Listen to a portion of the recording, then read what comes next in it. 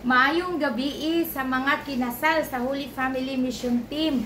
Dasigon tamo sa pag-ampo matag alas 8 sa gabi alang sa mga kalag sa purgatorio. Ang atong ampuon, usa ka amahanamo, usa ka maghimaya ka Maria, usa ka himaya sa amahan, ug isulti dayon nato ang pahulay nga dayon ihatag kanila og Ginoo, ug ang kahayag nga walay pagkapalong mudan-ag unta kanila hangtod sa kahangturan.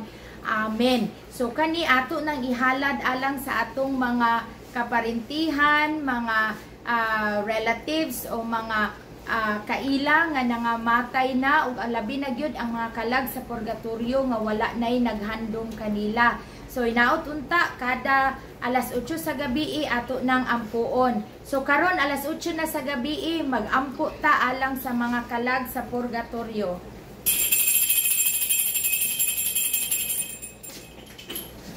In the name of the Father and of the Son and of the Holy Spirit.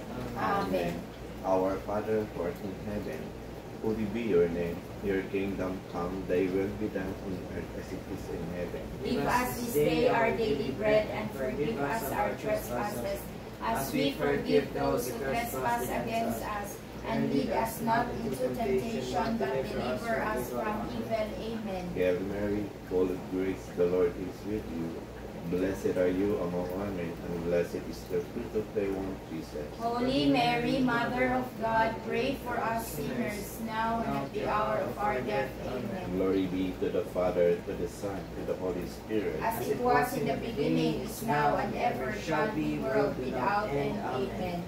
Eternal rest grant to the souls in purgatory, O Lord, and let the perpetual light shine upon them. May we all rest in peace. Amen. In the name of the Father, and of the Son, and of the Holy Spirit. Amen.